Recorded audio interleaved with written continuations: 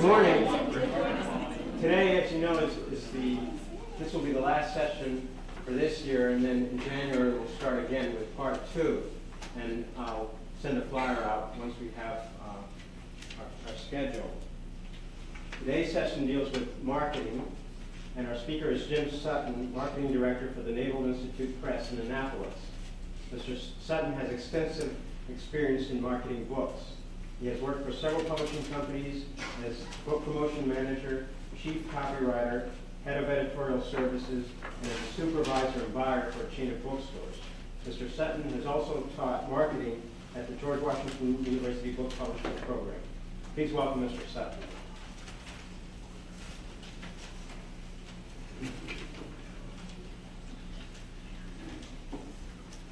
Well, hello. Nice to see everybody. I understand from Steve that you've covered a lot of different aspects of publishing already, editorial services, production, all that sort of thing. And that this is the last one, and that's kind of good because they've saved the best for last. Marketing of publications, or marketing as far as publishing is concerned, is, I think at any rate, the best part of the whole business. Certainly the most interesting. Of course, I'm in that department, so I have a certain stake in saying that. I teach at George Washington, and on the first session I asked the last class of students I had how many of them wanted to go into what particular aspect of publishing, and many of them raised their hands and said they wanted to be editors, which I will never understand, because that is a deadly job. It just happens to be the job that has all the glory.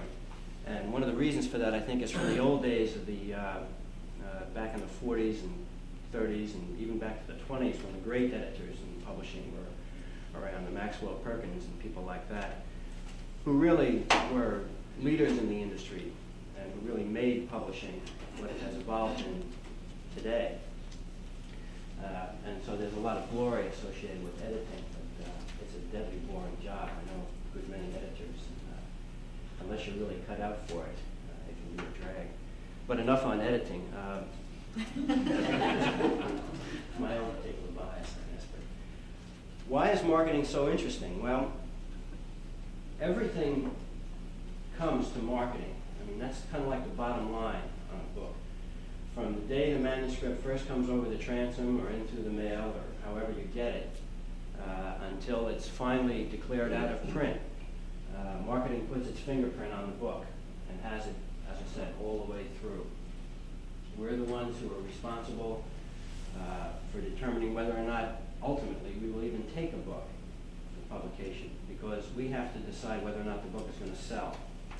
And unfortunately, that really has a lot more to do with whether or not to publish a book these days than perhaps we would like. And I think that's the reason why you hear a lot of moaning and complaining about the fact that good books aren't getting published because good books don't sell. Well, let me tell you that that's not true. Good books are getting published, and good books are selling. They're not selling like Harlequin romances, but they're selling. There's still money in it, and we're still publishing them. We publish a number of monographs and very kinds of esoteric things, and we balance that by publishing as many as we can of the good, solid trade books. Trade books are the books that have a broader appeal, that are sold and made available through bookstores. And a lot of publishers are doing that. I mean, it's not a question of good books not getting published anymore because marketing people are saying that they won't sell.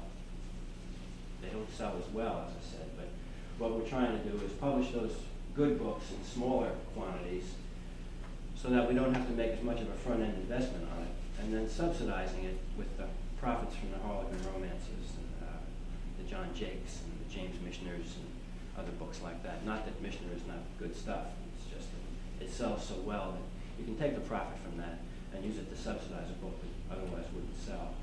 I like to make that point early because a lot of people think the marketing guy is the bad guy, the Harvard MBA or whatever he is, and there are not very many Harvard MBAs in publishing, but They think of us as the bad guy, the guy that really kills the book because it won't sell. Well, let me just put that notion to rest. We don't kill them because they don't sell, although we try to.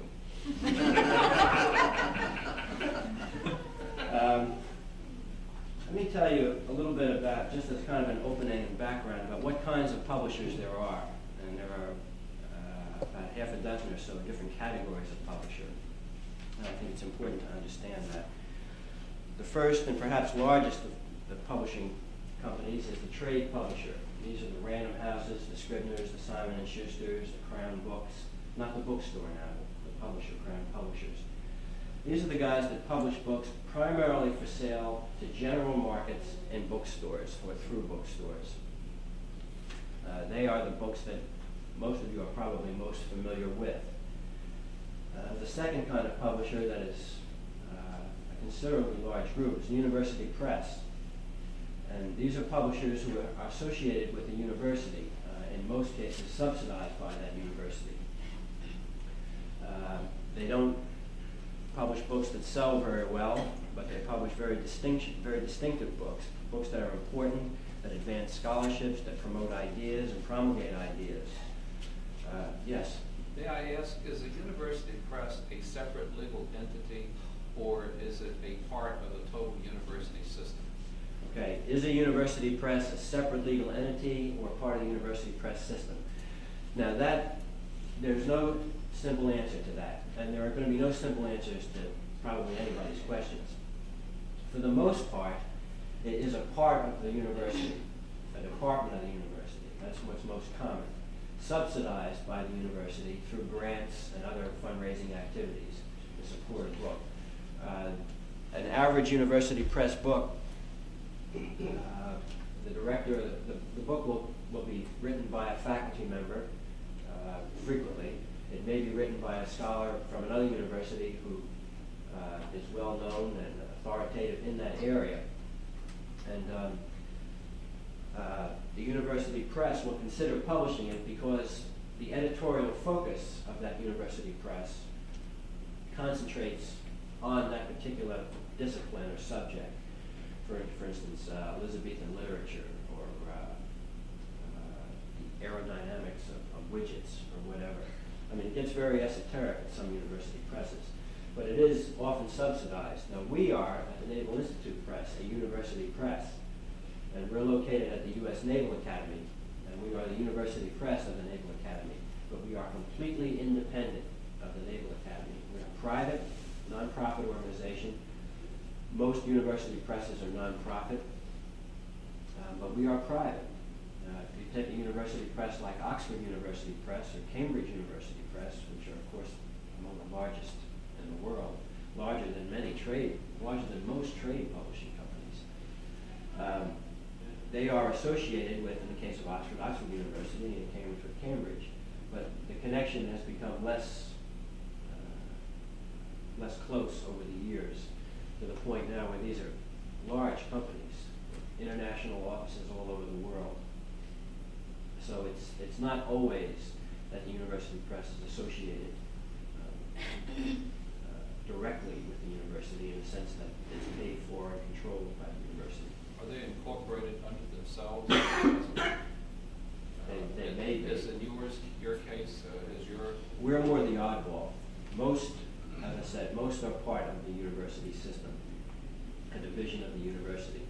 Now most of them keep their own books, but they do have to report to the president of the university for direction and for funding and that sort of thing. Although each university press would have its own director who's responsible. In most cases, the job of the director is more a job of fundraising to find money to subsidize the publications that they're doing than it is anything else. University presses will do books in short press runs. A short press run is on the average of 2,000 to 4,000 copies, whereas a trade publisher will normally do a book at 25 or 30,000 on up. There are specialist publishers, and these are commercial publishing companies that specialize in particular types of books. An example would be Sunset Publishing company, and you've all seen in bookstores the Sunset Spinner, which is a rack.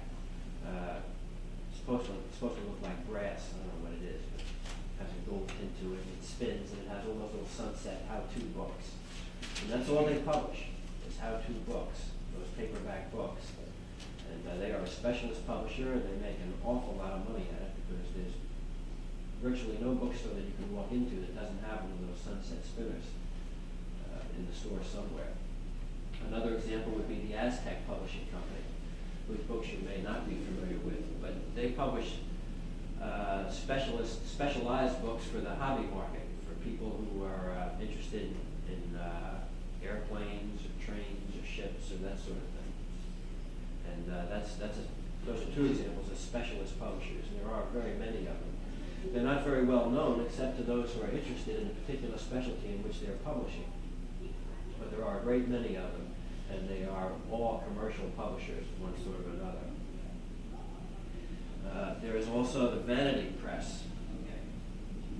Now, the Vanity Press is more of a printer than a publisher, in spite of what they will tell you in their advertising and promotion.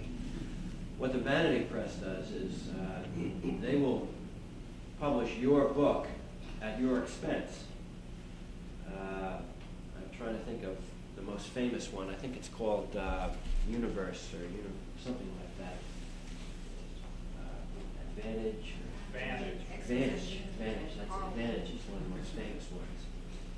Now what they'll do is you take your book to them after you've gone around and knocked on Alfred Knopf's door and been tossed out in your ear, and you can take it to Vantage, and they will print your book and market it, at least what they call marketing, market that book for you at your cost. They say that they can do this cheaper because they're doing so many and this is their business and so on and so forth. Well, I don't know about that. I don't know how successful Vanity Publishing is for the authors. It's very successful for the Vanity Publisher. But for the most part, the people that I know who have had books published from Vanity Presses have been uniformly unhappy with the way the book has been marketed, primarily with the way the book has been marketed. The book will be printed, bound, and prepared in a way that's satisfactory to the author, but the marketing oftentimes leaves something to be desired. The reason for that is because marketing is very expensive. Approximately 13 to 15% of a book's budget, or a book's list price, let's put it that way, a book's list price, 13 to 15% of a book's list price will go for marketing to pay back the marketing expenses. So that's an idea of how expensive it is. It's one of the reasons why books are expensive as they are. However, it's most important to understand that the real reason that books are as expensive as they are is because of the cost of paper today. That's really what's making books so expensive for you. The other kind of publisher, the last one that I want to talk about, is the paperback publisher. These would be the Bantams and even the Harlequins. These are companies that publish primarily in paperback editions. Now paperback publishing started actually before the war, between the wars. And during World War II, a number of the classics were printed in armed forces editions. These were paperback bindings. And if you've got one of these today, hold on to it because they're very valuable books. But at any rate, hundreds of thousands of them were printed and distributed free to servicemen all around the world. And when they got back, they had already developed a receptivity to this particular kind of book. And that's when people like Ian Ballantyne, who founded Ballantyne Publishing back in the late 40s, realized that this was the time to make the move and see if they could publish these books in paperback editions. Now, it started out publishing what we call mass market books. These were books that had very broad appeal. And the quality of the literature was not always what it should be. Of course, a lot of the original paperback literature evolved from the fiction magazines such as Black Mask and things like that. And so the format was copied off of that, and the quality of the literature was not exactly Hemingway.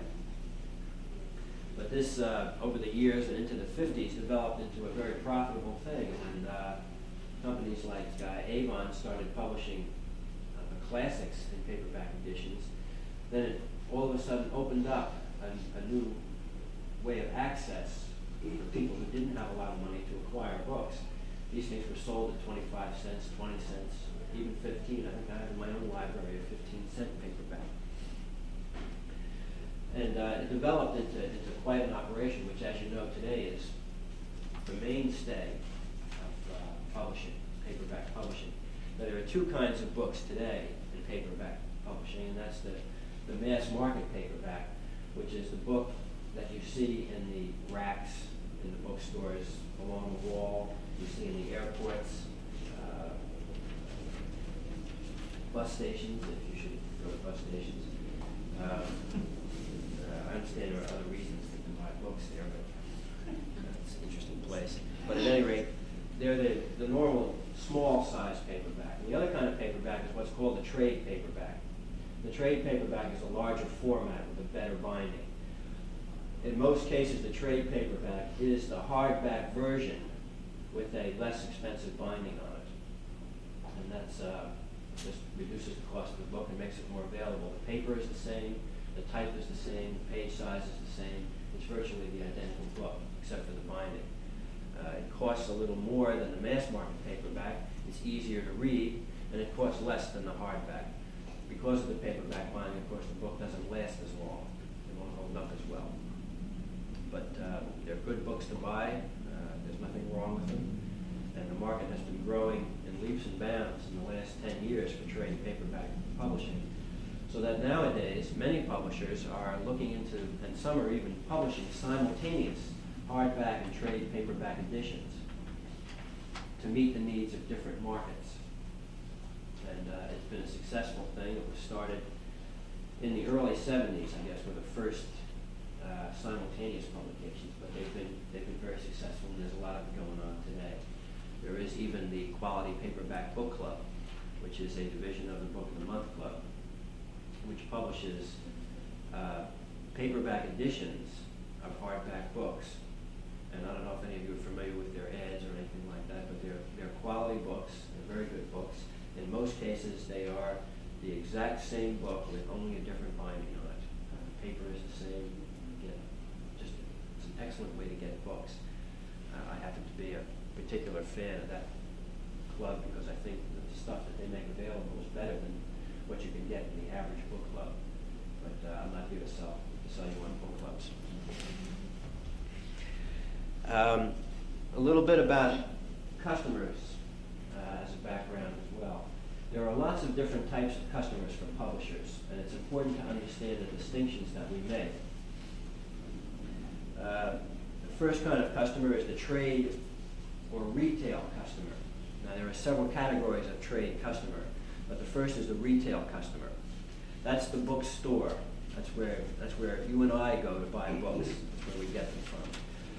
Now, whether it be a drugstore or a Walden or a Dalton, it's a retail bookseller, and they buy trade books to sell to you and I. Next one up the line would be the wholesaler. Wholesalers include companies that buy books in large lots from publishers to resell to the bookstores. As I get into discount, I'll tell you a little bit about how this works, but basically the wholesaler, as I'm sure you easily understand, the wholesaler buys books to resell to the bookseller, retail bookseller. The major wholesalers in the United States are two. The Ingram Book Company, which is in Nashville, Tennessee, who services, their main business is to service bookstores. And it's a very sophisticated operation. They've got an 800 number. They publish a weekly fiche that lists their stock, what's available. It also lists what books are going to be reviewed in what major centers and what major papers. They tell you what's going to be on the Today Show. And they give you sufficient notice in those advances so that you can stock the book and get it in. Because when people see a book on the Today Show or read about it in the New York Times, the next day or that afternoon they're going to be coming into your shop to try and get it. And you want to make sure you have it. So Ingram publishes all this information as a service to its customers. And then all the customer has to do is call an 800 number and read off the code numbers for each title to the operator and give them the quantities. No titles are mentioned, no authors are mentioned, just the numbers. And then within 2 days, I think they say within 2 days you'll have your books. Very efficient system, it's very good. We'll talk a little bit about discounts, I'll tell you how it works as far as the cost goes. The major library wholesaler, that is the wholesaler who services, whose major business is to provide books to libraries, is the Baker and Taylor Company. Now, the Baker and Taylor Company is a division of W.R. Grace, which is one of those conglomerates. But B&T is a pretty big company in its own right. They have offices in New Jersey, Illinois, Nevada, and there's one other one somewhere. But the idea is that their warehouses are spread all across the country so that they can provide books very quickly to the libraries that they service. They also sell to trade bookstores, to retail bookstores, but not to the degree that Ingram does. Ingram, by the way, sells to libraries, but not to the degree that B&T does. So those are the two major wholesalers in the United States. Ingram has several warehouses, one in Nashville, one in Jessup, Maryland, and another in California, somewhere in California, I think it's Los Angeles. But they buy in tremendous quantity from a publisher. For instance, a book like James Mission of Space, Ingram might take, for all its divisions, might take 30 or 40,000 copies of that book for resale to its customers. Baker and Taylor might take a smaller amount because libraries, of course, don't buy as many copies. But it's a big business, and it's one that, as a marketing director, I watch very closely. We want to make sure that they're happy and that they're getting all the kinds of service that they want for those kinds of orders. Another type of customer would be the chain customer. These are the retail stores like Walden and B. Dalton. I'm sure you're all familiar with those stores. You've seen them all over the place. Wherever you go, wherever there's a shopping center, there's either a Walden or a Dalton.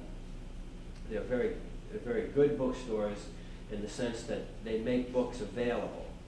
The drawback to them is that they are really mass market stores. They're not bookstores in the sense of a Globe here in Washington or something like that, where you can get a selection of books that has a few more esoteric things in it, that has a few of the fringe things in it. A Walden or a Dalton is not going to carry that. They're only going to carry the things that are really going to move out of there quick. And that's a drawback. It's a drawback because the proliferation of the Walden and Dalton stores has caused many of the smaller independent stores to go out of business. And when that happens, you hear, what happens is what you hear about in terms of the loss of personality in the book-selling business. There were a great many very good bookstores in Washington 5 or 6, 8 or 9 years ago that are no longer here. Those bookstores were good because they were run by men and women who really cared about books and who cared about specific subject areas of publishing. And they would stock and be knowledgeable on virtually every book in that area, whether they carried it or not. And that was a pretty good thing to have available to you. Those bookstores, as I said, are no longer here, a good many of them, because the Waldens and the Daltons and the Crown bookstores have put them out of business. How do they put them out of business? Well, the chains can buy at greater volume, and since discount is based on volume, they're going to be able to get a better price on the book, which in Crown's case is more apparent than anything else. They sell bestsellers at 20, 25%. I don't know exactly what it is, never having been in one myself. It's considered dishonorable to one of those places. But that's what's happening, and it's unfortunate. It's changing the nature of book selling. It's making it more difficult to find people who really know about books. If you're a book lover, as I am, you miss the kind of shop where you could go in and spend an afternoon just browsing through some of the fascinating things that you had no idea interested, buy half of them, which you'll never read, but you like to have hanging around the house. But the Waldens and the Daltons and the Crowns have really put a dent in that. There's not as much of it as there used to be. Another problem with the chains is that the help is not very knowledgeable. For the most part, their level of skill is equivalent to that of the McDonald's French fry maker. They really don't know very much about books or about French fries, and it's tough to find out what you want. It's very helpful to know more about books than the average clerk before you go in there, because they're not going to be able to help you find it. They can tell you where all the Harlequins are, because those are the things that sell the most. But if you were to go in and ask for a copy of Auden's early poetry, the best they could do would be to point to a large wall and wish you good luck, which you would need a great deal of. I'm not likely to find it there. These are drawbacks to the chain system. There are positives. As I said, more books are more available because of this. I have some friends who live in some kind of backwoods, out of the way places, and they had to rely on mail order operations in order to get their books for years and years, because there were no bookstores outside of the major cities. Nowadays, there's a Walden in every Southdale, Northdale, Eastdale, and Westdale shopping center, and so it's a lot easier, and that's good. That is good. That's a positive thing. More people are able to get books because of that. It's just that it's harder to get the books that are not read by at least 30% of the population. It's kind of a drawback. The next kind of customer would be the mail order customer. These would include book clubs and specialty mail order companies. These companies do all their book promotion and all their making available of books through the mail, through catalogs that are sent through the mail. Book of the Month Club is obviously a mail order book company, and a very good one. Their competitor, which is, I don't remember the names of these companies now, but a very big book company as well. What's the other big? Literary Guild, that's right. Literary Guild are the two biggest. And you can get virtually any bestseller from them. And you can get some books that are not bestsellers, but they're not known for the range of books that they offer. As I mentioned, the Quality Paperback Book Club is another one, which I think is a particularly good one because it does offer a broad range. There are lots of other book clubs, specialty book clubs. Doubleday has a whole list of book clubs, ranging from theater to history to World War II, and airplanes, and boating. There's a book club for virtually any subject you want to make a commitment to.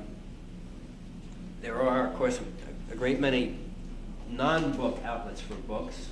These would be things like hobby shops, drugstores, 5 and 10s, department stores. And these are outlets, retail outlets, whose business is not primarily books, but who do sell books. And so we make an effort to reach them through our marketing. They're considered non-book outlets. After that, we've got special sales. And special sales is something that I'll hold off on for a minute. Let me get into a little bit about discounts. It's a very important thing, and it's crucial to any marketing operation. And it's important. It's an important thing for everyone, I think, to understand because it has so much to do with pricing. There are basically two kinds of discounts. There are others, but the two largest categories of discounts are trade discounts and what we call text or short discounts. Now, a trade discount normally starts at about 40%. That's 40% off list, depending on quantity. And let me give you an example of a fairly common trade discount. They're based, as I say, on volume, not on dollar volume now, but on the number of copies that are bought. A pretty standard one would be 1 to 4 copies, 20%. 5 to 24, 40. 25 to 49, 42, 50 to 249, 44, 250 to 349, which would be 45, and 350 or more, 46. Now that's pretty standard. There are as many variations on this as there are publishers, so it's not all that standard. There may be variations in terms of quantity breaks to get to these particular points, or there may be, it may go up higher, it may go up as high as 50. But the idea here, as you can see, is to encourage the book buyer for the bookstore. And these discounts are not available to you or I. These are only available to the trade, and this allows them their profit margin. The idea is to encourage the bookseller to buy as many books as he can so that he can get a greater discount. The greater the discount he gets, the more profit he makes, the more room he has to maneuver within his operation. This is, as I said, a pretty standard trade discount for retailers from a single publisher. Now, for wholesalers, no wholesaler can afford to buy at those discounts because he has to resell. So the standard wholesaler discount would be 50%. Now, there's a law called Robinson-Patman Act, 1975, I think. Someone may be able to correct me on that, but it's a very important act. And what it tells us is that we must offer the same terms to every customer within a class of customer. And this is critical to this discount thing, and therefore critical to me. This is a standard retail discount schedule, and any customer who is considered a retail customer must be given the same retail discount schedule that every retail discount customer is given. Now, a wholesaler, that's a different class of customer. So we can say to the wholesaler, look, anytime you order a book from us, it's 50%. We accept the fact that a majority of your business is wholesaling, and so therefore we'll qualify you for the wholesaler discount. And that's for the most part a flat 50%. Yeah. In some of the past classes, we had learned about taking books on somewhat of a consignment type of basis, which could, the unsold ones of which could be returned to the publisher for a credit or refund. How does that affect the structure of discounting? For example, I imagine a bookstore may go ahead at the retail level and order possibly, let's say, 20 books and effectively get a 40% discount, and for one reason or another they're unable to sell them and on a consignment basis return them to the publisher. Will that end up affecting the discount or the amount of credit that they would have ended up reaping out of that? Well, it does, because they have to pay the freight back, so it costs them. There is a drawback. I mean, it's not the kind of situation where your salesman can walk into the bookstore and say, look, and incidentally, it's single or assorted titles from a list, so it doesn't have to be one title. The salesman will walk in and say, look, I know you need 25 copies of these 5 books total. Why don't you make it 250? We'll ship you the books and you can get a great discount. The bookseller isn't going to do that because he's going to have to pay to send those books back, and that's going to hurt him.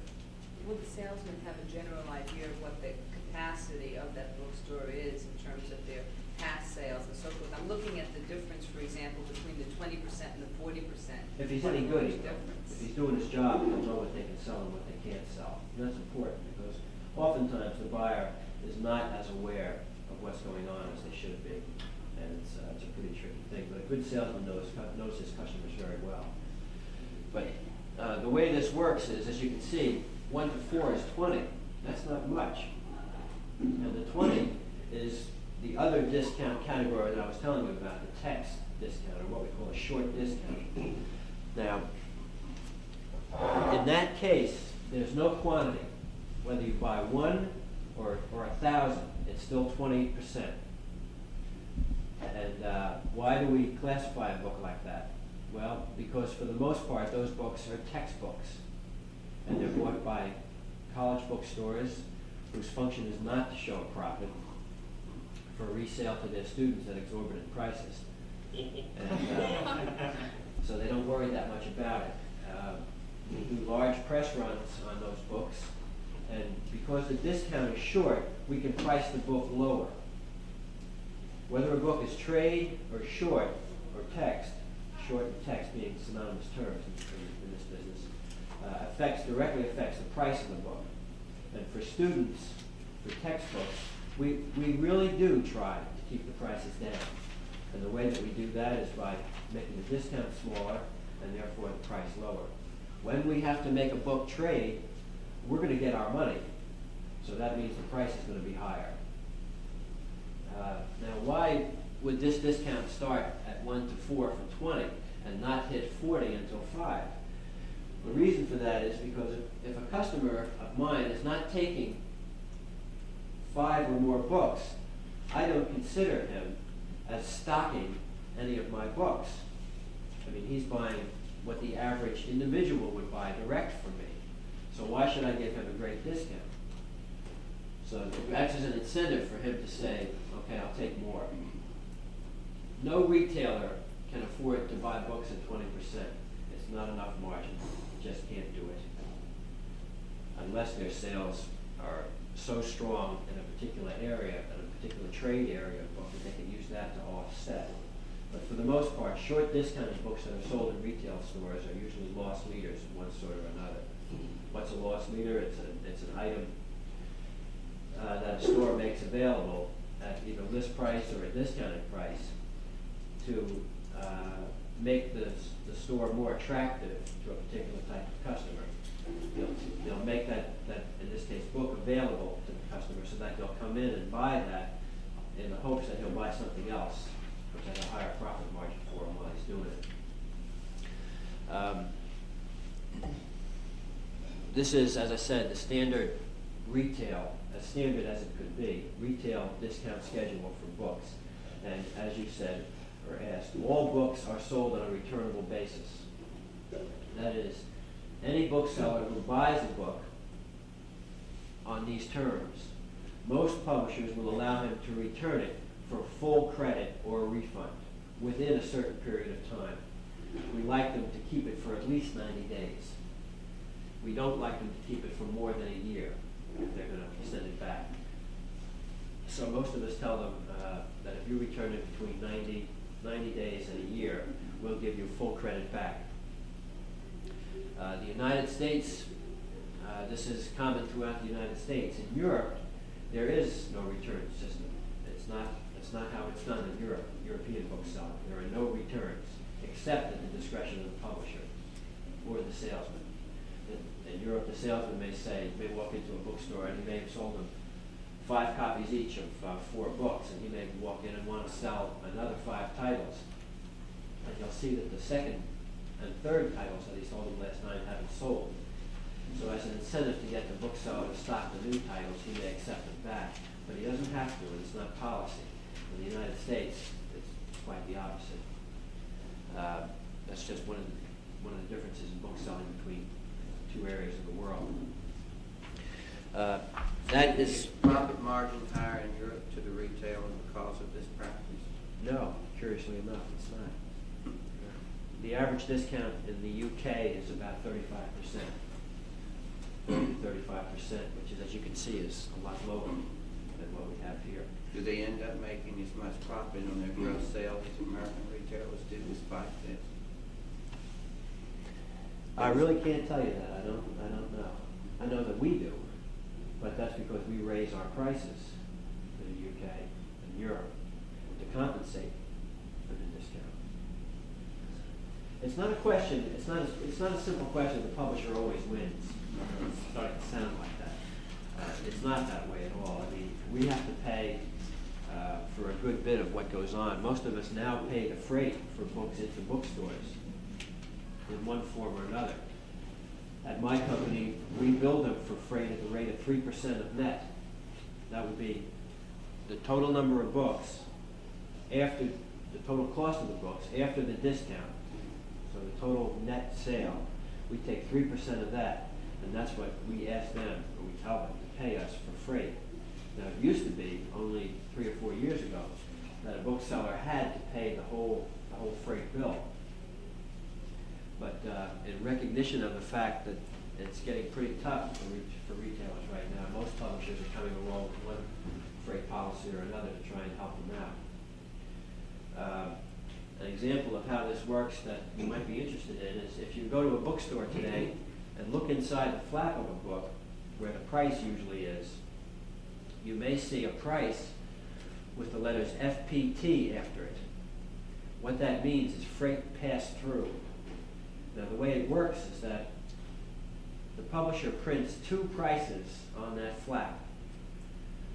One is a lower price, and the other is the FPT price, which is a little bit higher. And the bookseller has the option of cutting off that lower price and selling you the book at the freight pass-through price, which means you're paying for the freight. That's one of the ways that it's done today. If you see that, if you look at a book and you see that FPT price on there, you can go up to the bookseller and say, I don't like it or whatever. It's not going to help you any, but what you might do is you might go to another bookstore and find somebody who's not selling the book at the FPT price. It's generally about $1 or $2 higher than the regular retail price. But as the old saying goes, somebody's got to pay the freight.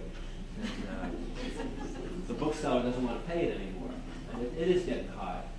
But most of us are finding one way or another to help them out on the thing. And in the case of our particular company, what we're doing is we're more or less splitting the cost. The average freight on a book is 5% of net. That's the average. That's about how it works out. So we're saying, okay, if you pay 3, we'll pay 2. And that seems to be a good deal. It's helped us a lot. It's a selling tool. Matter of fact, it's one of the things that the marketing department came up with. And I like to think that most of the innovations in publishing in one way or another come from the marketing department, because they're the guys that are on the line. They've got to sell the books. And so we're faced with finding solutions to every obstacle that every bookseller can throw up in front of us. The freight is a hot topic today, and that's one of the reasons why we're trying to be creative in the way we handle the freight. But a little more on discounts. Wholesalers, as I said, try to buy at 50%. The chains like to buy at 46 to 48%. Now, the chain is not considered a separate class of customer from the retailer. This is a very controversial subject right now. There's a couple of cases in court on the West Coast where a bookseller association, I think it's the California Bookseller Association, is suing, I believe it's Avon Books, because Avon set up a separate discount schedule and gave special terms to Walden and Dalton. And the California Bookseller Association says that's unfair, you can't do that, they're retailers. And according to the law, and according to which lawyer you listen to, they're right. I've heard lawyers on both sides, and it'll go to court, and it'll be decided there. And I suspect, well, I wouldn't want to bet on it. I don't know which way it'll come out. But at any rate, as it stands now, the chains are retailers and cannot legally ask for anything more than the retail discount. Now, a lot goes on under the table. A lot goes on under the table in the form of free books, in the form of special discounts buried one way or another. There's just a lot of it going on. We do not do any of that. And our sales to the chains are very good. We're very happy with them. But I know a great many of the larger publishers do work special deals with them. The mail order companies have to buy at 50%. The reason for that is because their cost of selling is higher. They have to print up all the catalogs, they've got mailing costs. Their operation is a lot more expensive. So they have to get the 50% discount. And they are a separate class of customer, and they can be given it. Non-book discounts is a very tricky thing. It depends on who you're selling to. But let me give you one case in point. Let's take the hobby industry. All right, these would be the hobby shops where you buy all those little strips of balsa wood and those plastic picks and things like that, those knives, all that neat stuff, paints. They sell lots of books for their customers on how to build models, how to carve boat hulls, how to build railroad layouts. All those things are books. And to the book industry, they're considered non-book outlets because that's not their primary business. Now, what they want is they want manufacturers' discounts. In other words, these are the kind of discounts that toy people give on their products. And they can range anywhere from 55 to 60 or 65% on those Naval model kits. I mean, the discounts are very high on that. And that's what they want for the books. Now, this causes a big problem for the book industry because we're used to selling at lower discounts. And the hobby retailer says, well, I can't live on those discounts. I've got to have something that they very nicely call 55 and 5. And what that amounts to is 50% plus 5% plus 5%. Now, why they just don't say 55%, I'll never know. But that's the way it works. And so that's what they want from us, from booksellers, from publishers rather, for them to stock our books. Now, we can't really consider them a separate class of customer. It's kind of a gray area, and it's never really been tested. Now, a lot of publishers will give them those manufacturers' discounts, but it's a chancy thing. A retailer, a book retailer, could come to you and say, look, you're giving these books to this guy just down the street from me. You're giving him the books at 55 and 5, and you're only giving them to me at 42. That's not fair. I want to see you in court. That could be very risky. What we try to do is we try to make them come up with a discount schedule that'll be flexible enough to give the hobby seller, the hobby market, what he wants. And the way that's working now for publishers such as my company and other specialist publishers is we are raising our discount so that for 250 or more copies, you will get 50%. The rest of this stays basically the same. You may go up to 45 here. That moves the discount schedule up quicker to 50%. Now that allows us to give the hobby market pretty much what they want in the 50% bracket. It's a little less than they want. But it also allows us to give the wholesaler what he wants at 50%, because no wholesaler is going to send you an order for less than 250 copies. He's not wholesaling if you find less than that. And keep in mind that these are single or assorted titles. So a lot of discount schedules in the trade are now being pushed up so that they get up to 50 around the 250 copy mark. And that opens it up to broader markets for us with less legal complications. It's a bit complicated. If anybody has any questions on that, I'd be glad to handle it. This brings us up to special sales, which is one of the types of customers that I mentioned briefly before. A lot of us will try to sell a book for a special market. Now, what constitutes a special sale? Well, it's a book that's sold to a customer in bulk, but not for resale. The book may be altered in some way. For instance, if I were to publish a book on the Mustang car, now we don't publish books on cars, but if I were to do that, one of my marketing assistants would go to the Ford Motor Company and say, look, we're doing this book on the Mustang, the history of the Mustang car. Would you want to buy into the press run? If you do, we will put the Ford Motor Company imprint on the book and perhaps a message from Henry II or whoever you've got. You'd like to have a little note in there on the the front page or anything like that. In other words, we'll make that book special for you in some way if you'll agree to buy a significant amount of those books, a nice large copy run. Now, why would we want to do that? Well, the business of publishing is the business of high press runs. The higher your press run, the lower the unit cost on the book. The lower the unit cost, the lower the selling price. The lower the selling price, the more attractive the book is, the better it sells. Price is not everything, but it's important. So if we could get our price down by getting our press run up, that's going to help us. Now, if we can get our press run up and keep the price where it would have been, that means higher profit. We'll never tell you that we do that. And we're going to make more money on it. And we do make an effort to get the price down. But that sale to the Ford Motor Company would constitute a special sale. The book is altered. It's not the same book that's being sold to Walden or to a mom and pop bookstore. It's altered in some way. And the discount on the special sale might be as much as 70%. But the order for the books would be as many as 1,000, 1,500, or 2,000 copies. So what we're doing is we're reducing our profit on those books that go to that customer, but because the press run is going up by that amount, we're increasing our profit on books on that same press run sold to a different market. And that constitutes a special sale. It's very important. We try to do it with as many books as we can. We're publishing a book next September on the U.S. Navy, a picture book, very nice coffee table kind of book.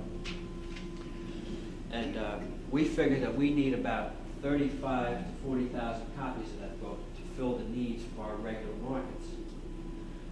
Well, we have made a special sale on that book of 23,000 copies. And we're going to make available at a very nice discount to that particular customer. And the book will be altered to meet that particular customer's needs. But that's almost as many as we're taking for our own needs.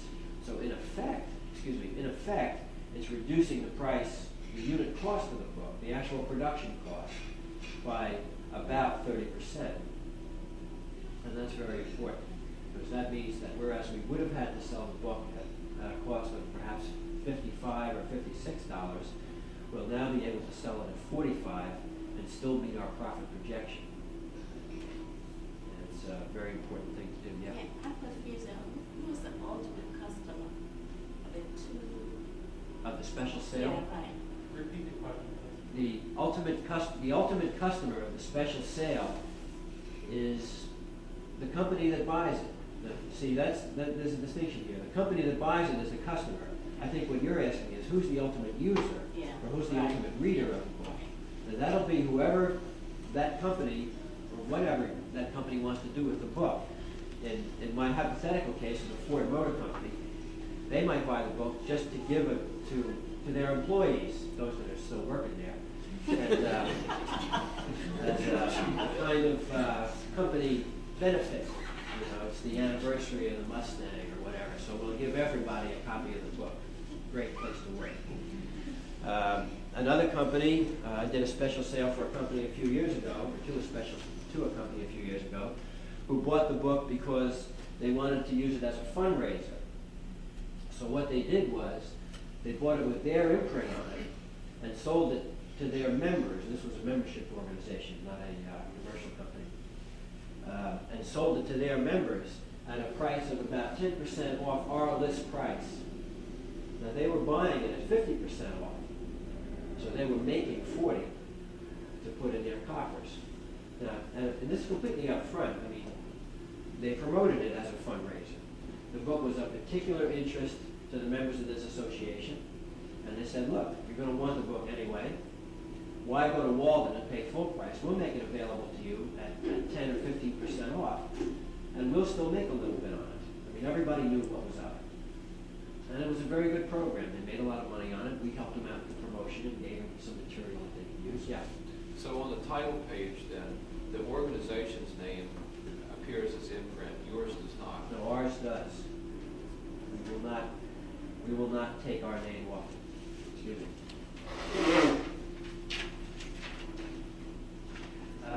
Well, in the Ford Motor example that you gave,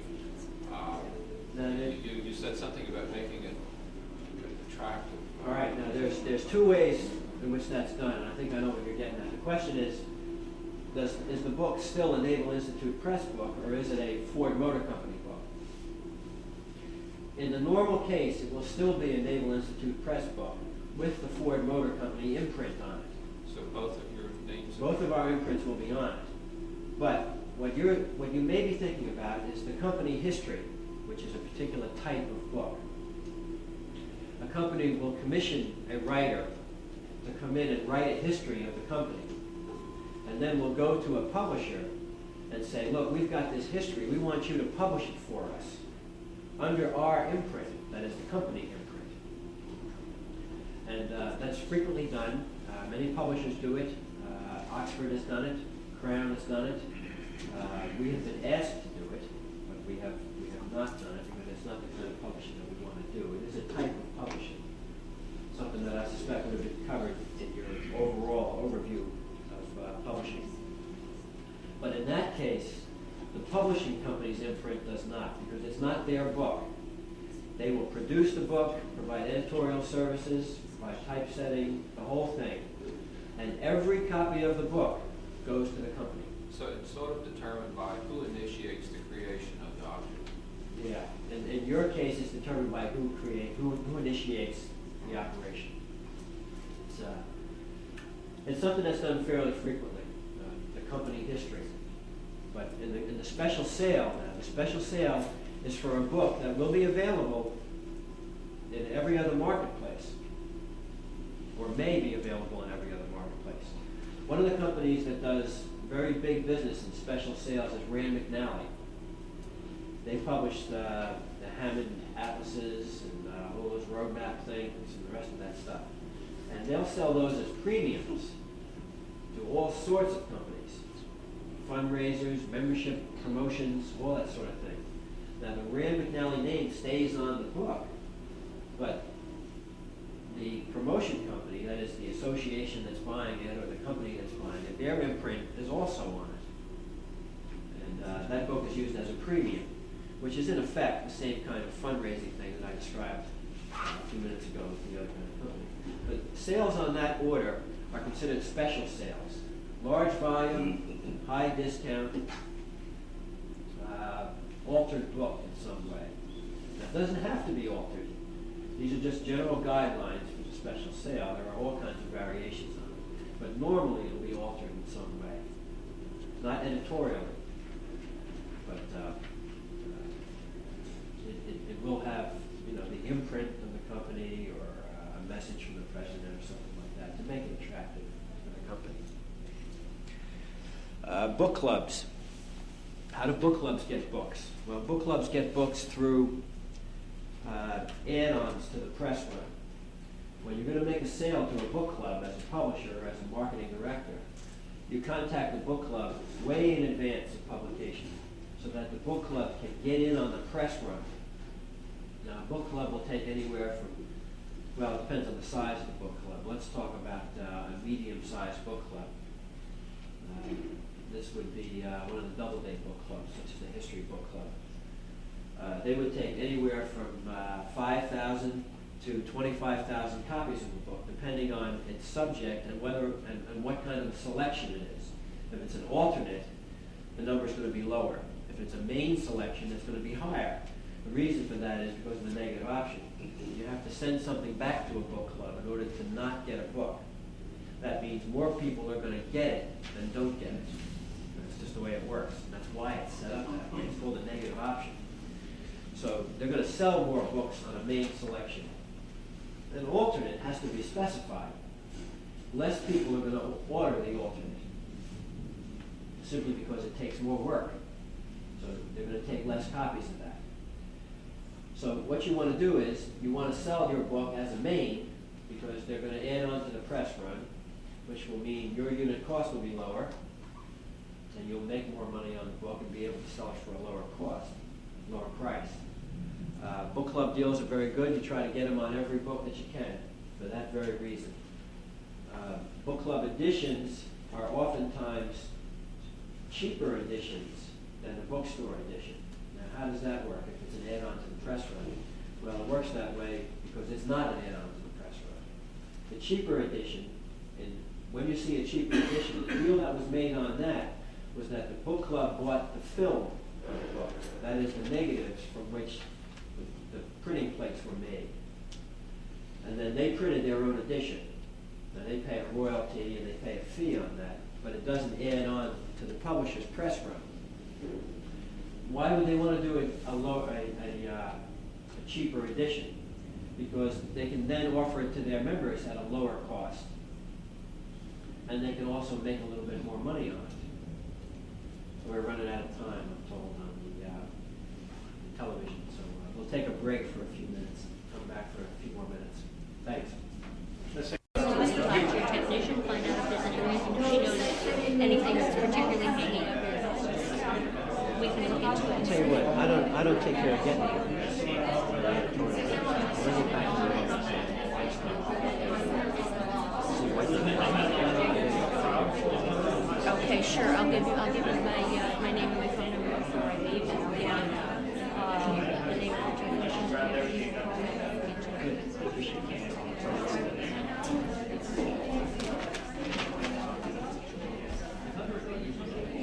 Okay, let me move on real quickly. We're running low on time. So what the tools of marketing are. How do we market a book? Okay, keeping in mind all of the discounts and the different types of customers and that sort of thing that I'm giving you now, we can talk a little bit about what a marketing program does. Now, there is a distinction between a marketing department and a sales department. The sales department is the one that has the quotas. They're the ones that are responsible for making contact with the customers.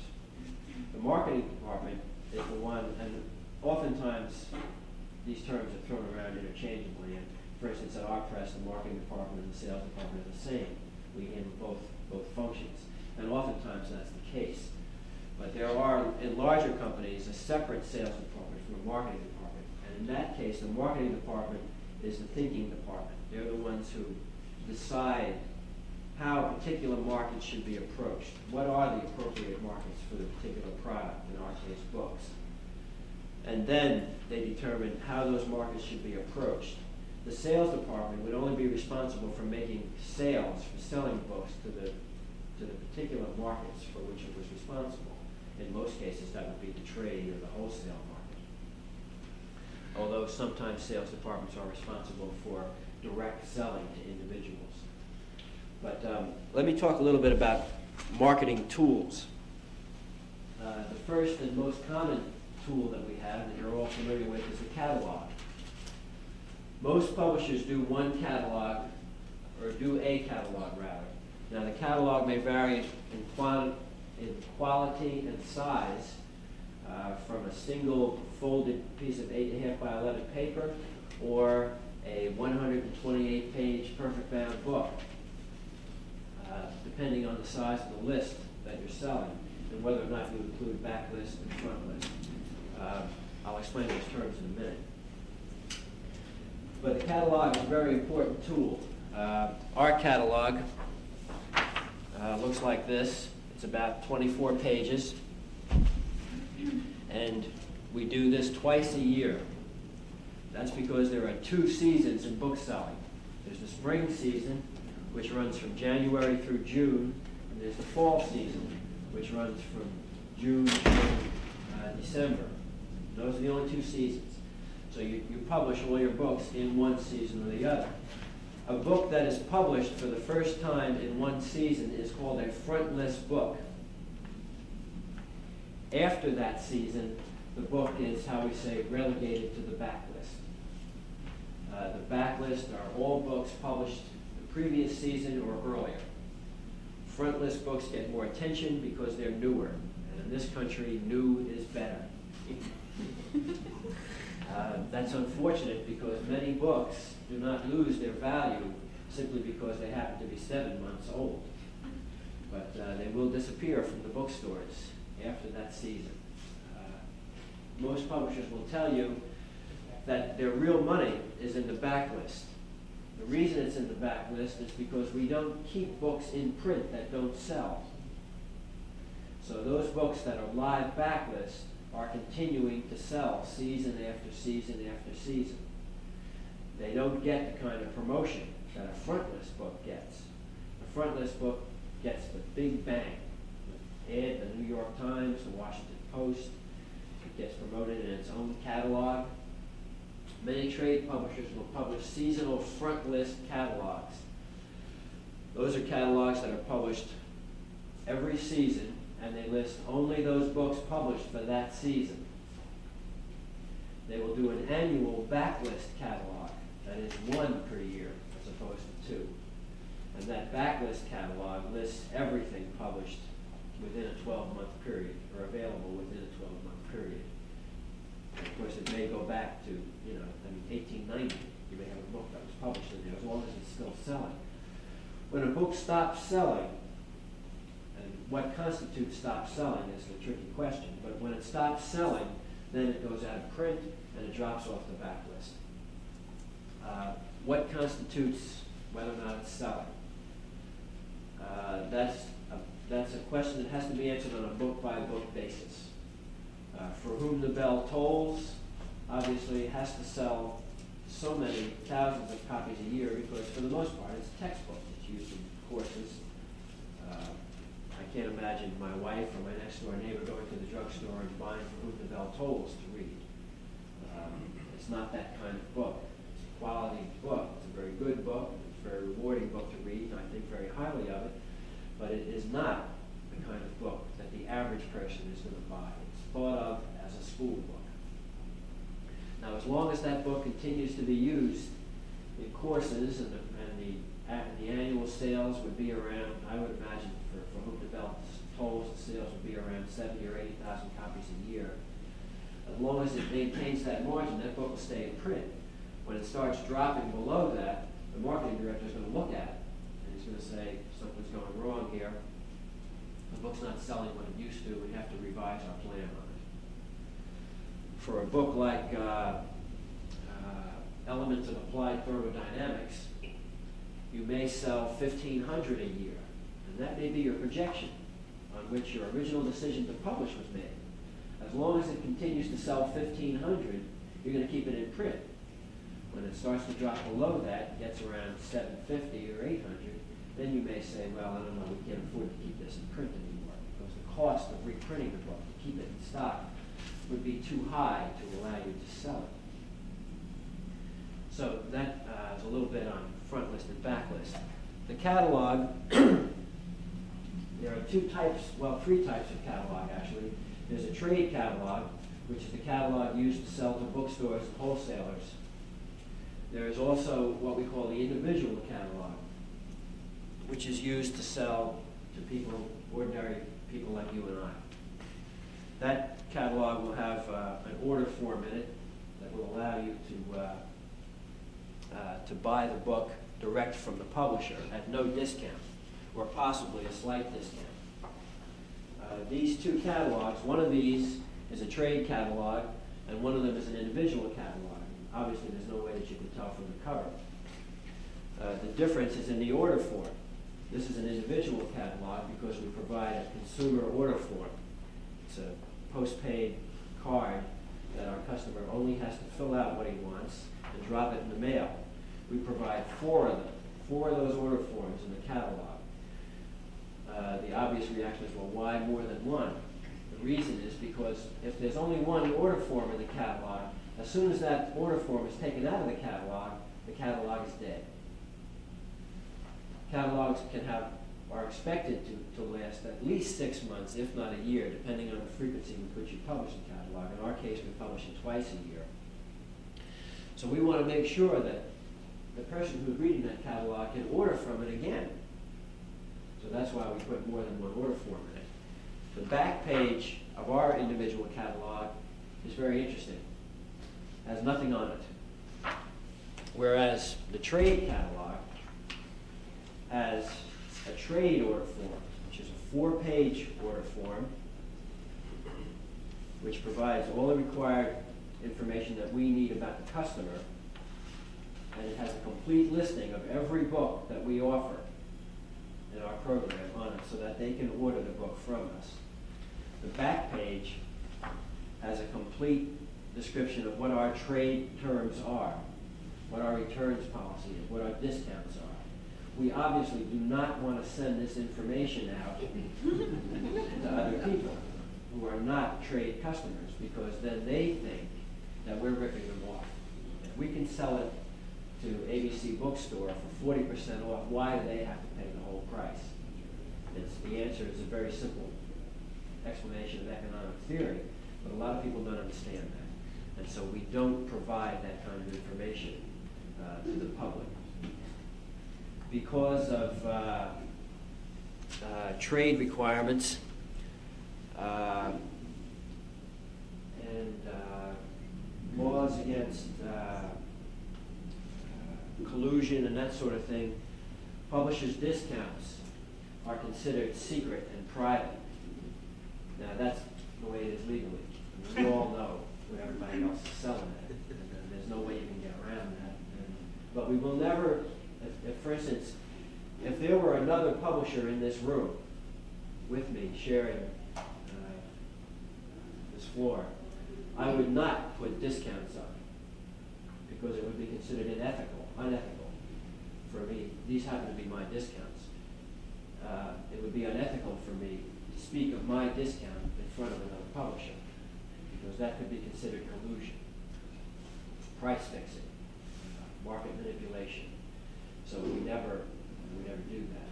The ABA, the American Booksellers Association, publishes a book called the ABA Book Buyer's Handbook, which some of you may be familiar with. It lists the trade terms of every publisher in the United States. It is a wonderful book.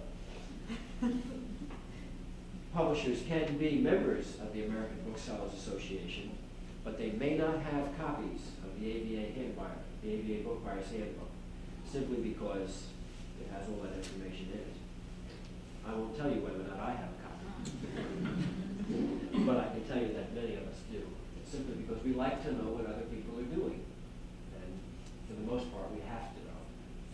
But we could be accused of price fixing, of manipulation, of monopoly, and all sorts of nasty things generated down the street for doing that sort of thing. So we have to keep that secret. But that's the catalog. Now, what do we do with the catalog? Well, we send it out to all our trade customers, the trade version. We make it available to all our salesmen. They go around and use it as a selling tool. Just sit down and go through it with the book buyer. The individual version, which many publishers do not do, we only do it because we happen to have a very large market of individuals who buy books direct from us. But that particular version of the catalog we send out to our mailing list of individual customers, and it makes a lot of money on those order forms. Each of those order forms is coded. There are the 4 order forms that I showed you. Each one is coded with a different code. So we know how successful the 4 order forms are as compared to the 1 that we used 5 years ago. In other words, we've seen an increase in the number of orders. And because we know when we get the top order form, and we know when we get the bottom one, and we know when we get the 3rd one and the 4th one, we can even see the ways in which those catalog order forms are being used. They come in at different times of the year. We know the position of the order form that is most popular with our readers. And that's the one we get the most of. The one that is least popular, we get the least of. But we also get it late in the year, which tells us that people are going back to the catalog after they made their initial order and reordering other books. And that tells us that we're doing a smart thing, which we always like to hear, because we're making money. But that's the catalog. There are, as I said, quite a few versions of catalogs. You can see in all different shapes and sizes, kinds of paper, color, black and white, whether they're front list only catalogs, front list, back list catalogs, seasonal catalogs, or complete trade catalogs. The catalog is the primary tool that we we all use. What other kinds of tools are there? There are ads. These are the ads that you see in various magazines. The New York Times and Washington Post book ads. Those are general consumer ads for general consumer books. We're very careful about the markets that the magazines and newspapers that we advertise in, where those markets go. For instance, the Washington Post goes to a very broad market that is considered higher in its per capita income than the market of the Birmingham Record, or something like that, in Oshkosh, whatever, or Lake Wobegon, excuse me. But so we try to put our ads in newspapers and magazines according to what market they reach. A book on elements of applied thermodynamics we would not put in the Washington Post, because most of the people who read the Washington Post are not interested in applied thermodynamics. What they'd be interested in would be the Mishnah book. Most people that read the Post would be interested in a book like that if they're interested in a book at all. So that kind of book with a broad market would be advertised in the Post. The thermodynamics book we would advertise in an engineering journal, because everybody who reads that journal is interested in thermodynamics in one way or another. So we'd be very careful to place our advertising in a medium which reaches the market that is target specific. That is, most of the people reading that publication are interested in the type of book or product that we're advertising in it. It's a very difficult process, a very difficult decision to make sometimes, but you have to be careful about it. Television, a lot of my students say, well, why don't you just, put your book on television, put it on channel 20, get an 800 number, have some crazy guy stand up there and shout about it and show slides. It costs next to nothing. And it does cost next to nothing. It costs about $80 for a 30-second spot on channel 20. But who's watching channel 20? So, nothing against the people who watch channel 20. That's not what I'm saying. But the point is that the market is too broad. It's what we call a shotgun approach. You're just standing there throwing all these words out and hoping that you hit the right guy. That's not good marketing. What you want to do is target your market. Make sure that all your advertising dollars are directed at the person who's going to read the book or buy the book. That's why Channel 20, if you look at the ads on Channel 20, you will see that apart from the fact that they're annoying, they're very general products. Locks, record sets, Elvis Presley records. I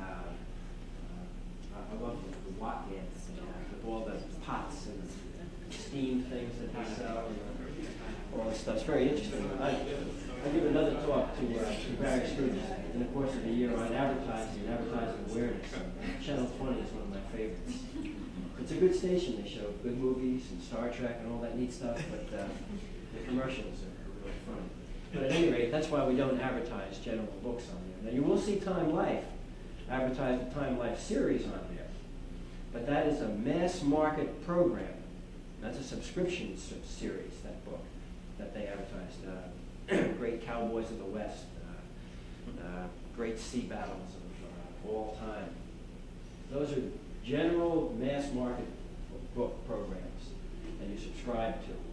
And Channel 20 and Channel 45 in Baltimore reach those markets. And they do very well, very, very well. And as I said, the cost of advertising is very cheap on those places, as independent stations.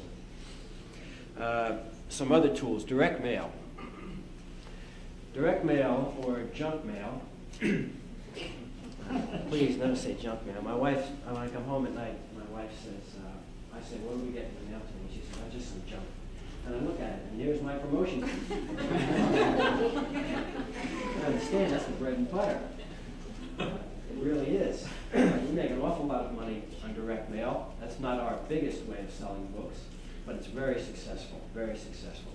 And virtually every publisher and every wok maker and everybody else uses direct mail. And you get so much of it, and it's unfortunate. That's why it's called junk mail. It is unfortunate. But a lot of it is very good, and a lot of creativity and energy goes into producing those pieces. And for the most part, we are not trying to send you mail about things that you're not interested in. Well, sometimes. But we try to be very selective, just as with the advertising. It costs us money to send those pieces out. And if you're not interested in that product, we don't want to spend the money telling you about it. And so we spend a lot of time doing research on what lists to buy to mail these pieces to. And if we get it wrong and send it to you, we apologize, but we apologize more to our controller than to anybody else, because that's a piece that's not going to generate a sale when it goes to the wrong place, and we don't want to do that. Just for your information on direct mail, the average response rate on a direct mail piece is only 2%. Wow. 2%, and that's very good. If you get 2%, you're doing fine. We think we have a very good direct mail program. We average about 3.5% on our direct mail. But I really think we know a lot about what we're doing. And Time Life has a very high response rate on their direct mail pieces. And when they do a piece, they do it in the millions. Millions. And they get very high response rates. But they have a whole division that's responsible for that. Researchers, librarians, all kinds of people that support that direct mail program. When we do a direct mail piece, it's on the average of 120, 130,000 pieces. But we do get a good response rate. But that's because we're very careful. But any questions about direct mail? It's a fascinating subject, and I can speak for 2 hours just on that. But let me move on to other kinds of tools that we have. News releases. News releases are good, and they're cheap, because you can produce them on a quickie offset machine, you can produce them on a Xerox machine. They're very cheap to produce. A staff writer can write them, send them out to whereas you cannot afford to advertise in the Washington Post or the New York Times, because one, their rates are too high, and two, because they go to many more people than you want. You may know that the people that you do want do read the New York Times or the Washington Post. It's just that there's so many more people that do. And when you buy advertising, you buy it on a CPM, it's a cost per thousand. So you're paying for the readers that the thing's going to. So that even though it may be going to the people that you want it to, it's going to so many more, and you have to pay for those as well. Well, you may decide not to advertise in the Washington Post and the New York Times because the rate is so high, but you can send the news releases to the particular editorial department of that paper or magazine that writes or handles topics on that area. And if you're lucky, they'll pick it up and make mention of it in a column. Free publicity. That's the kind of stuff we all love. You don't have to pay for it. And people read it, and it's a respectable source. I don't know how many of you read specialty magazines. I'm sure everybody gets at least one of one sort or another, but they often have new product news. Even in the the model magazines have all the latest kits, new product releases. My wife gets magazines on crafts and hobbies. She likes to do little things with string, and so she gets these magazines on how to buy these things and how to do them. And they have new product releases in there for the latest string and the latest needles and all this sort of thing. Well, you find specialty magazines that relate to the product that you're promoting, which in this case would be books, and in our case, books on ships and sailing. And you send them new product news releases on those things, and they will put that in those new product sections for free. And that's an ad. Now, they'll also point out to you what a great thing they're doing for you, and wouldn't it be nice if you could help out a little bit with the advertising. And, it's good policy to help them out whenever you can, but you can get that free kind of advertising through the news release, through the new product news release. An important sales tool, which you may not have thought of before, is the jacket of a book. The jacket of a book for most publishing companies is designed, conceived, produced for the marketing department, not for the author, not for the editor, because the jacket is a billboard, and the jacket sells the book. We like flashy jackets, we like jackets that are captivating, that when the reader sees that jacket in a bookstore, he's going to pick it up. We want to make it as interesting as possible. We're doing a book this season on the recent history of the Office of Naval Intelligence. A very interesting kind of subject in terms of its broad market appeal. But we're giving the book a trade discount because we expect to sell some to the trade, to bookstores, through bookstores. The reason, and one of the ways in which we're ensuring that we do that is we pick a photograph for the cover that has FDR on it talking to two guys. One of those guys, the other two guys are completely unrecognizable. I mean, you can see who they are, but you wouldn't know who they are. But what we've done with that jacket is we've placed a white circle around the face of one of the guys talking to FDR. And you will not, I guarantee, be able to look at that book and see FDR talking to this guy with one of those police circles around his face without picking up the book, because you've got to find out. What is it? If we can get you to pick the book up with the jacket, it's done its job. Because if you pick it up, we got a good chance you'll walk out with it. I hope you pay for it, but the idea would be that if we can get you to pick it up,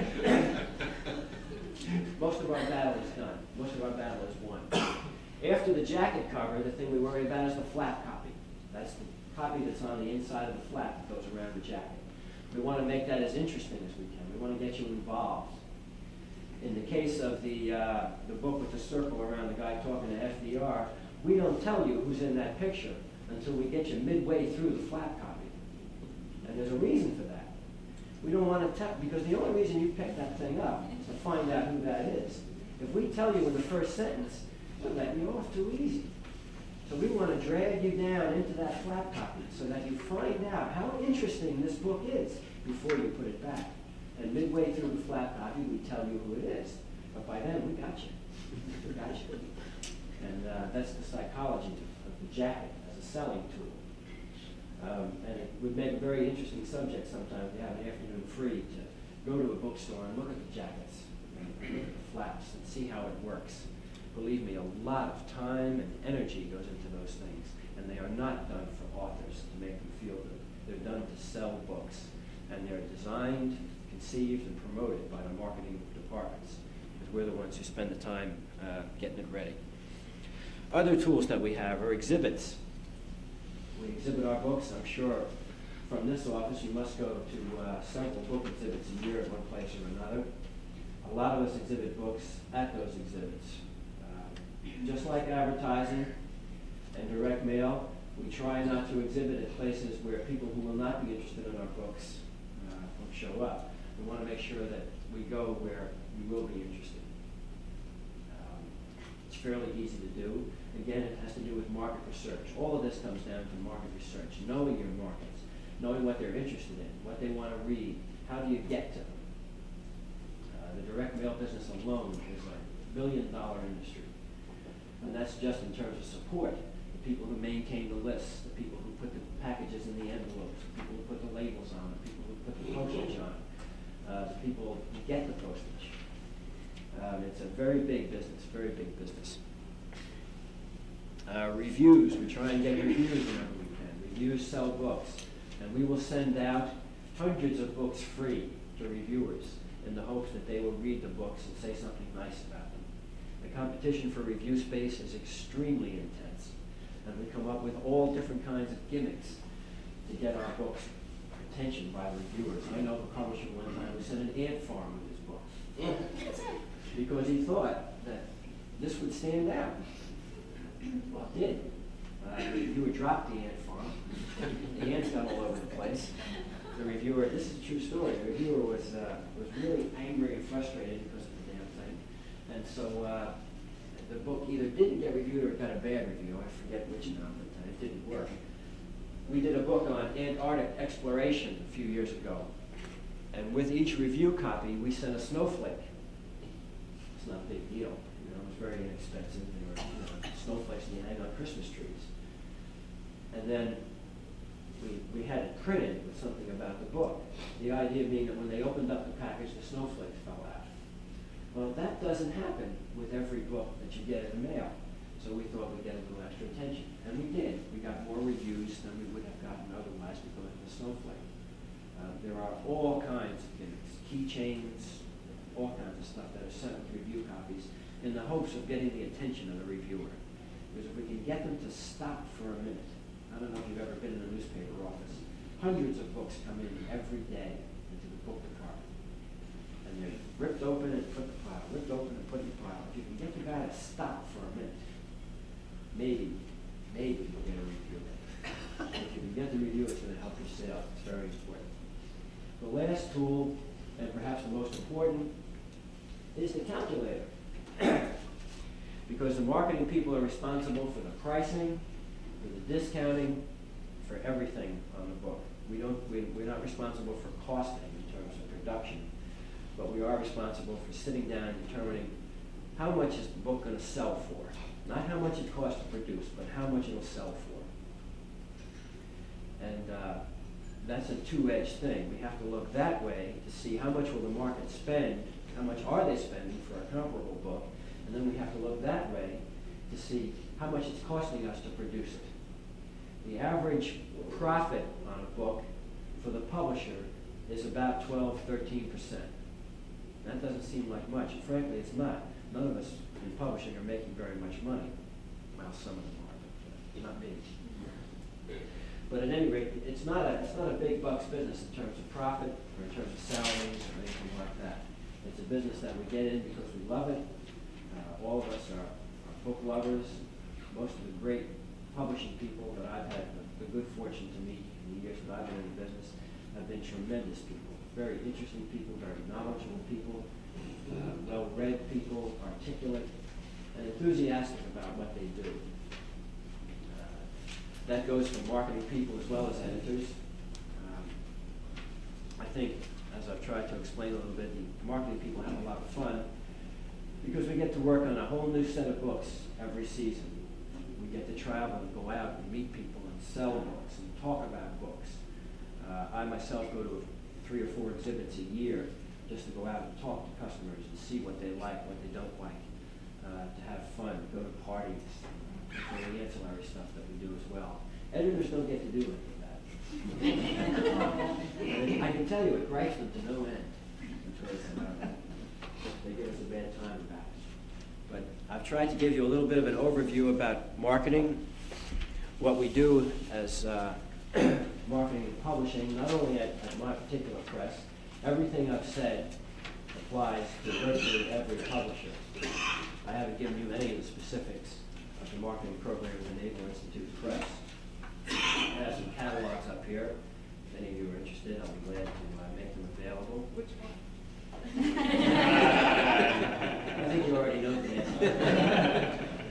If any of you have any questions about marketing, about publishing, or even about editors, I'll be glad to entertain anything you might have. I thank you for coming and appreciate your time and interest.